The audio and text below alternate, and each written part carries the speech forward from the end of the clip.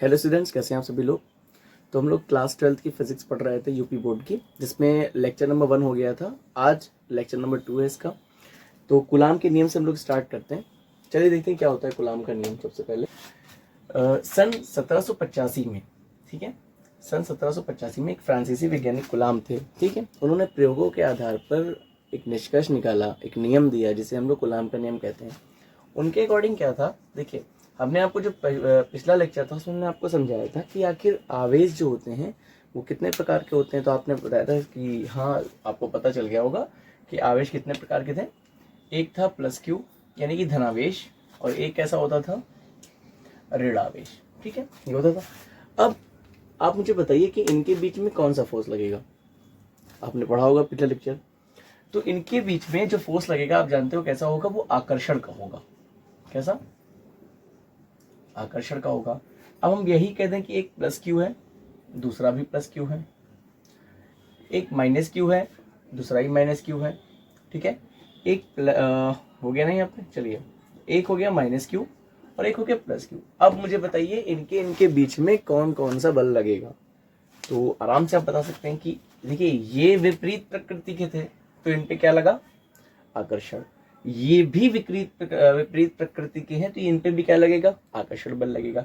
लेकिन अगर आप ये देखें कि ये दोनों कैसे हैं, समान प्रकृति के हैं, ये भी समान प्रकृति के, तो इनके बीच में क्या लगेगा, लगेगा प्रतिकर्षण बल, ठीक है। तो कूलाम जो वैज्ञानिक थे, उन्होंने इनके बीच जो बल लगेगा उसको नापने के लिए ही अपना नियम दिया था, कितना बल लगेगा, ठीक है। तो हम उसी बल के बारे में बात करेंगे। तो सबसे पहले हम क्या करते हैं, यहाँ पे कूलाम का नियम लिख देते हैं, फिर आपको कायदे समझ में आएगा। ये चलिए पहले समझा ही देते हैं, फिर नोट कर देंगे यहाँ पे, ठीक है। यहाँ से देखिए, माना एक आवेश है यहाँ पे Q1 और दूसरा क्या है यहाँ पे Q2, ठीक है। ये दो आवेश है, इनके बीच की जो दूरी है कितनी है, मान लीजिए इनके केंद्र से केंद्र की दूरी हम मान लेते हैं कितनी है, वो r है, ठीक है, r दूरी है। अब हम ऐसा मानते हैं कि दोनों कैसे हैं, दोनों धनात्मक चार्ज हैं, तो इनके बीच में क्या लगेगा, आप जानते हैं इनके बीच में प्रतिकर्षण लगेगा। ये इसको इधर भगाने की कोशिश करेगा, ये इसको इधर भगाने की कोशिश करेगा, तो इनके बीच में एक बल लगेगा। तो कूलाम साहब ने बताया कि दो आवेशों के बीच लगने वाला आकर्षण या प्रतिकर्षण बल उन दोनों आवेशों के गुणनफल के अनुक्रमानुपाती होता है तथा उनके बीच की दूरी के वर्ग के व्युत्क्रमानुपाती होता है, ये बताया, ठीक है। तो आप समझ गए होंगे क्या होता है, दो आवेशों के बीच लगने वाला आकर्षण अथवा प्रतिकर्षण बल उन दोनों आवेशों के गुणनफल के अनुक्रमानुपाती होता है तथा उनके बीच की दूरी के वर्ग के क्या होता है, व्युत्क्रमानुपाती होता है। तो अब इसे हम यहाँ पे परिभाषा कूलाम के नियम की लिख देते हैं, ठीक है। कूलाम का नियम, ठीक है, नियम कूलॉम्स लॉ। यहाँ पे हम इसकी परिभाषा लिख देते हैं, ठीक है। अभी इसे हटाते हैं यहाँ से, फिर इसको, दो स्थिर बिंदु आवेशों के बीच लगने वाला आकर्षण अथवा प्रतिकर्षण बल उन दोनों आवेशों की मात्राओं के गुणनफल के क्या होता है, अनुपाती। तो इस बात को लिख देते हैं हम लोग, ये जो बल है वो क्या होता है, सॉरी, बराबर का निशान लगा दिया, उन दोनों आवेशों की मात्राओं के गुणनफल के क्या होता है, अनुपाती होता है, ठीक। तथा उनके बीच की दूरी, क्या हमने ली, बीच की दूरी r के वर्ग, ठीक है, के व्युत्क्रमानुपाती होता है। यानी कि हम कह सकते हैं यहाँ से, ये उनकी दूरी r के वर्ग के क्या होता है, व्युत्क्रमानुपाती होता है। अब अगर हम इन दोनों नियमों को मिला दें तो हमें क्या मिलेगा, देखिए, हमें मिलेगा F अनुपाती Q1 Q2 upon r square. अब आपने पढ़ा होगा फर्स्ट ईयर में, या फिर आप हाई स्कूल में पढ़ा होगा, 9 में पढ़ा होगा, जब भी अनुक्रमानुपाती नियतांक हटता है तो कोई कांस्टेंट आता है। तो यहाँ पे हम कांस्टेंट क्या ले लेते हैं, k ले लेते हैं, ठीक है। क्या हो जाएगा, k Q1 Q2 upon r square, ठीक है। अब देखिए, प्रयोगों द्वारा निर्वात अथवा y के लिए जो k का मान आया है वो कितना आया है, देखिए, k बराबर क्या आया है, 1/4 पाई एफ साइलेंट नॉट, ये है, ठीक है। तो अब अगर हम इसमें ये मान रख दें तो हमें क्या मिल जाएगा, हमें मिल जाएगा एफ बराबर 1/4 4 pi epsilon naught Q1 Q2 upon r square. ठीक है, ये कूलाम का नियम का फॉर्मूला आ गया पूरा। ठीक है, चलिए अब जहां यहां पे हम कह सकते हैं, एक बात आप समझ लीजिए, जहां 1/4 पाई एफ साइलेंट नॉट बराबर क्या होता है, 9 गुणे 10 की पावर 9। और एफ साइलेंट नॉट क्या है, ये इसको भी समझ लेते हैं। एफ साइलेंट नॉट कहाँ पे लिख दें, जगह नहीं बची, यहाँ पे लिख दे रहे हैं। ये जो एफ साइलेंट नॉट है वो क्या है, निर्वात की वैद्युतशीलता। क्या है हमारे पास, निर्वात की वैद्युतशीलता। ठीक है, चलिए ये हो गया पूरा आपका कूलाम का नियम। अब हम लोग इसके बारे में बात करते हैं कि इसका मान क्या होता है, इसका आंकिक मान क्या होता है, इसका मात्रक क्या होता है, इसकी विमा क्या होती है। कभी कभी एग्जाम में पूछ लेता है बहुविकल्पी में, तो इसके बारे में बात करते हैं। तो इसको सबको हटाते हैं। ठीक है, तो अब हम लोग देखने जा रहे हैं एफ साइन नॉट का आंकिक मान व मात्रक। देखिए इसको हम लोग एफ साइन 0 भी पढ़ सकते हैं, कई बुक्स में एफ साइन 0 लिखा होगा तो आप वो भी पढ़ सकते हैं। अब हम देखने जा रहे हैं, सबसे पहले अभी हमने फॉर्मूला ड्राइव किया, क्या हुआ, एफ बराबर 1/4 pi epsilon naught into Q1 Q2 upon r square. ठीक है, तो यहाँ से हमने एफ साइलेंट नॉट का मात्रक निकालना है। तो अगर हम यहाँ से देखें तो 1/एफ साइलेंट नॉट का मात्रक क्या निकलेगा, कभी कभी हो सकता है मात्रक इसका आ जाए तो आप डायरेक्ट इसका मात्रक लिख सकते हैं। देखिए इसको हम क्या लिख सकते हैं, यहाँ इसको ऐसे रहने तो दिया, आर स्क्वायर क्या हो जाएगा, इसके गुणे में चला जाएगा, और ये Q1 Q2 क्या हो जाएगा, इसके बटे में आ जाएगा। तो अब यहाँ से अगर हम मात्रक देखें, इसका मात्रक तो क्या हो जाएगा, अगर हम मात्रक देखें इसका 1/4 पाई एफ साइन नॉट का मात्रक देखें तो देखिए क्या हो जाएगा, यहाँ पे एफ की जगह पे क्या लिख सकते हैं, न्यूटन, इसका मात्रक न्यूटन होता है। आर दूरी है, दूरी का मात्रक मीटर, तो क्या हो जाएगा मीटर स्क्वायर। और क्यू, अच्छा क्यू आवेश है, आवेश का मात्रक क्या बताया था हमने, कुलाम बताया था, तो कुलाम कुलाम मिलकर क्या कुलाम स्क्वायर हो जाएगा, न्यूटन हो जाएगा। तो यहाँ से मात्रक क्या हो गया, न्यूटन इंटू मीटर स्क्वायर बटे कुलाम स्क्वायर, किसका 1/4 पाई एफ साइन नॉट का मात्रक हो गया। लेकिन हमें किसका चाहिए, हमें एफ साइन नॉट का खाली चाहिए। तो ये क्यों समझाया अभी बताते हैं इसको। देखिए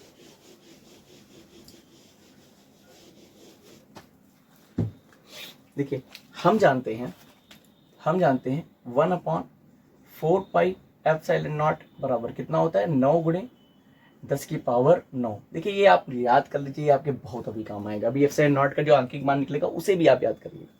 ठीक है, यहाँ पे क्या आया, 1/4 पाई एफ साइलेंट नॉट बराबर 9 गुणे 10 की power 9 newton into metre square बटे कूलाम स्क्वायर। ठीक, ये आ गया हमारे पास। अब हमें चाहिए किसका मान, हमें चाहिए एफ साइलेंट नॉट का आंकिक मान चाहिए। तो हम इसको अगर पलट दें, इसको ऊपर पलट दें तो ये क्या हो जाएगा, 4 पाई एफ साइलेंट नॉट बराबर इधर क्या आ जाएगा 1/9 इंटू 10 की पावर 9, और ये भी पलट जाएगा मात्रक, तो क्या हो जाएगा कूलाम स्क्वायर बटे न्यूटन इंटू मीटर स्क्वायर। ठीक है, अब यहां से हम खाली एफ साइलेंट नॉट बराबर देखें तो क्या हो जाएगा 1/, ये 4 पाई नीचे आएगा, तो 4 पाई जब नीचे आएगा तो 4, और पाई की जगह हम क्या लिख सकते हैं 3.14, और इधर क्या लिखा हुआ 9 गुणे 10 की पावर 9, क्या हो जाएगा कूलाम स्क्वायर बटे न्यूटन इंटू मीटर स्क्वायर। देखिए अब जब आप इसको सॉल्व करेंगे, ठीक है, इसको जब आप सॉल्व करेंगे तो आपको क्या मिलेगा, एफ साइलेंट नॉट बराबर, इसको सॉल्व करने पे आपको मिलेगा 8.85 इंटू 10 की पावर -12 कूलाम स्क्वायर बटे न्यूटन इंटू मीटर स्क्वायर। ये आपका क्या आ गया, एफ साइलेंट नॉट का मान आ गया, और ये इसका क्या हो गया, मात्रक हो गया। तो आई होप आपको समझ में आया होगा एफ साइलेंट नॉट का मान। अच्छा एक बात और, इसको आपको याद कर लेना है। ठीक है, इस कैलकुलेशन करने जाएंगे बहुत लंबा चलेगा, तो इसका आप याद कर लीजिए, ये आपके पूरी फिजिक्स में बहुत काम आने वाला है। ठीक, तो इसको याद कर लीजिएगा, इसका मात्रक याद कर लीजिएगा, और डायरेक्ट क्वेश्चन ये आपके बोर्ड में पूछ लिया जाता है कभी कभी, एफ साइन नॉट का मात्रक बता दीजिए, एफ साइन नॉट का आंकिक मान बता दीजिए। अब हम लोग बात करते हैं इसकी विमा पे। ठीक है,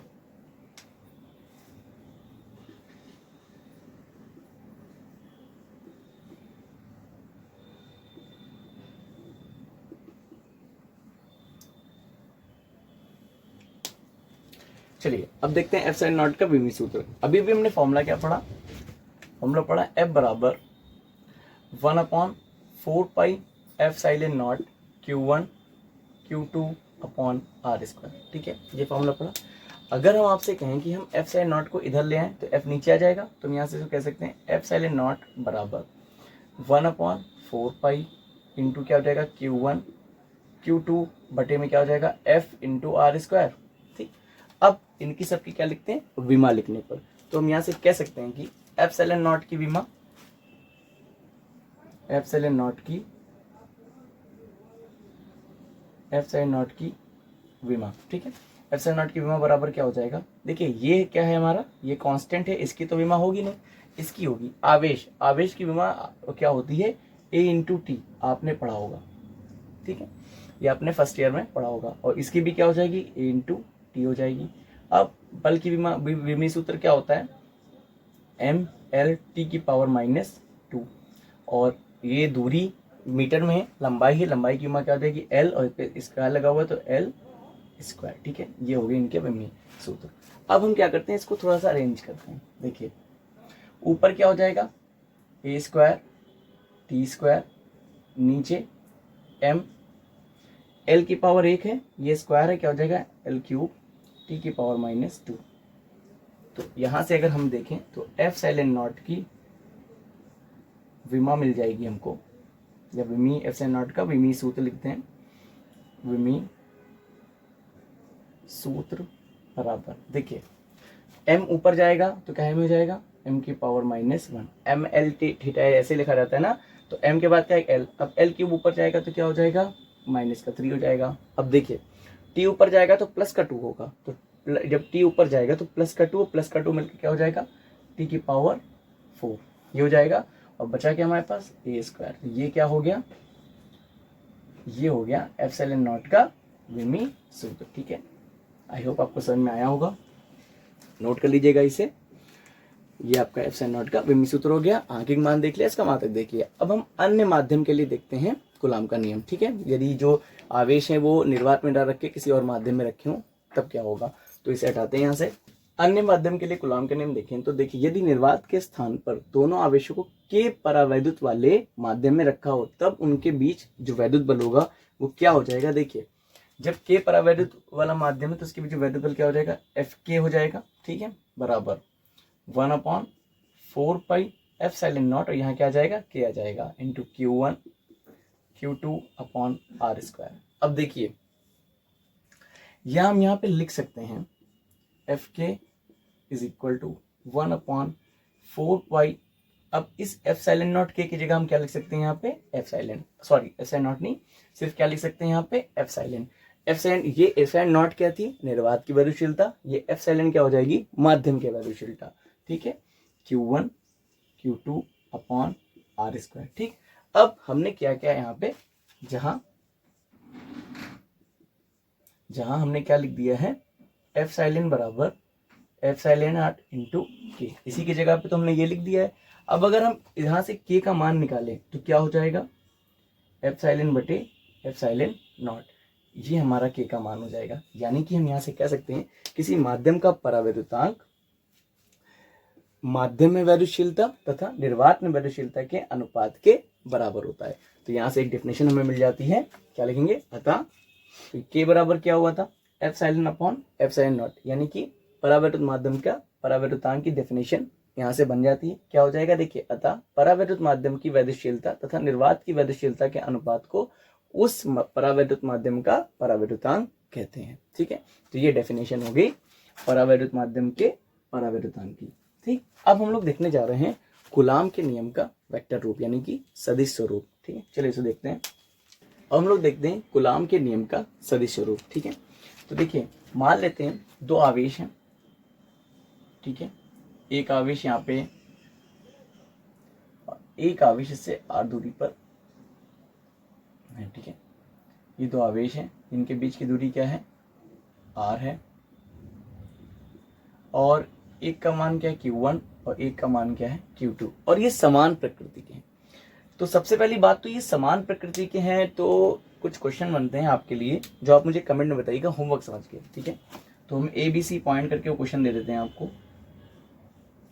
अगर ये समान प्रकृति के हैं तो आपको बताना होगा इन तीनों में से कौन सा सही है। पहला Q1 Q2 is greater than 0, दूसरा Q1 Q2 is less than 0 या Q1 Q2 is equal to 0। इन तीन में से बताना, अगर ये समान प्रकृति के हैं दोनों आवेश तो इनमें से कौन सा सही होगा। ठीक है, ये आप मुझे कमेंट करके बताइए, बहुत सोच समझ के आंसर दीजिएगा इसका। इसे हटाते हैं यहाँ से, हम लोग अपनी बात पे आते हैं। सदिश रूप देख रहे हैं, देखिए ये दोनों कैसे हैं, समान प्रकृति के, मतलब इनके बीच में आकर्षण होगा प्रतिकर्षण, तो आप कहेंगे कि सर प्रतिकर्षण होगा इनके बीच में। ठीक है, ये इसको इधर भगाएगा, ये इसको क्या होगा, इधर भगाएगा। ठीक है, तो हम मान लेते हैं ये इसको जिस फोर्स से भगा रहा है वो क्या है, इधर की ओर अगर फोर्स लग रहा है, कितना लग रहा है, F12, यानी कि 1 पर, यानी कि आवेश Q1 पर Q2 के कारण बल लग रहा है, तो F12। तो इधर क्या हो जाएगा, आप जान जाएंगे आराम से, ये क्या हो जाएगा, F21 हो जाएगा। ठीक है, क्योंकि Q1 के कारण Q2 पर बल लग रहा है, तो Q2 पर Q1 के कारण बल लग रहा है, तो क्या हो जाएगा, F21 हो जाएगा। अब अगर हम इसका यूनिट वेक्टर देखें इसके सापेक्ष, तो अब आप बताइए, अगर हम यहाँ से इधर चले, ठीक है, इधर चलें, तो यहाँ का अगर हम R1 मान लें, यहाँ R2 मान लें, तो क्या हो जाए, विस्थापन क्या हो जाता है, R2 माइनस R1, ये हो जाता है। अब इसको क्या हम ऐसे भी तो लिख सकते हैं, R21, तो इसका इधर यूनिट वेक्टर क्या हो जाएगा, R21 हो जाएगा। ठीक, और इसका इधर वेक्टर क्या हो जाएगा, आप समझ जाए होंगे, इसका क्या हो जाएगा, R12 हो जाएगा।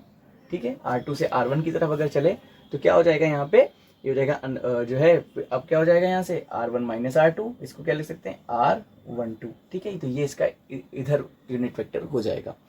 अब इसे हटाते हैं, ये हमारे पास फिगर बन गया, आई होप आप समझ गए होंगे। अब लिखते हैं यहाँ पे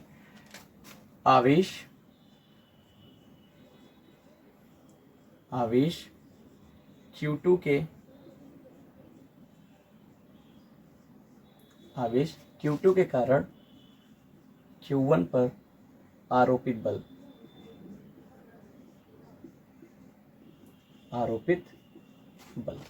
ठीक है, क्या हो जाएगा, Q2 के कारण Q1 पे आरोपित बल है वो कितना है, F12 ही तो है।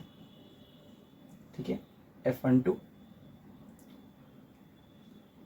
है, क्या हो जाएगा, तो बराबर फॉर्मूला क्या होता है, 1/4 pi epsilon not Q1 Q2 upon, देखिए इधर से इसके कारण इस पे बल लग रहा है ना, इधर से इधर आ रहा है, तो क्या हो जाएगा, R12 हो जाएगा। लेकिन अभी ये किस फॉर्म में है, अभी ये है अदिश फॉर्म में, इसको क्या किसमें बनाना है, हमें सदिश बनाना है, वेक्टर बनाना है। तो वेक्टर बनाने के लिए हमें क्या करना पड़ता है, मान लीजिए हम इसमें 1 से गुणा कर सकते हैं ना, बिल्कुल कर सकते हैं। तो ये इससे गुणा करा के हम एकांक सदिश से गुणा करा देते हैं यहाँ पे, और आपने ये फर्स्ट ईयर में जो आपने पढ़ा होगा 11वीं क्लास में, तो आपने पढ़ा होगा। तो हम यहाँ पे एकांक सदिश क्या लेते हैं, यहाँ पे देखिए ले रखा है हमने, कितना, R12, इसलिए होगा समीकरण 1। ठीक है, तो ये Q2 के कारण Q1 पे बल का जो है सदिश रूप हो गया। अब क्या लिखेंगे, इसी प्रकार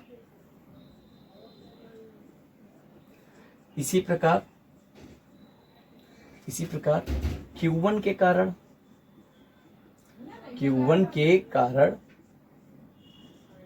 Q2 पर बल। ठीक है, यहां पे क्या हो जाएगा मुझे बताइए आप, इसको हम लिख सकते हैं F21, यही तो लिखेंगे, F21 Q1 के कारण Q2 पर बल, F21 बराबर क्या हो जाएगा, 1/4 pi epsilon not Q1 Q2 upon, अब इधर से इधर तो क्या लेंगे हम लोग, R21 ले लेंगे। ठीक है, R21, और यूनिट वेक्टर में क्या आ जाएगा, R21। ठीक है, ये हो गया समीकरण 2। तो हम यहाँ से कह सकते हैं समीकरण 1 और 2 समीकरण 1 और 2 कूलाम के नियम का सदिश रूप है। समीकरण 1 व 2 कूलाम के नियम का सदिश रूप है,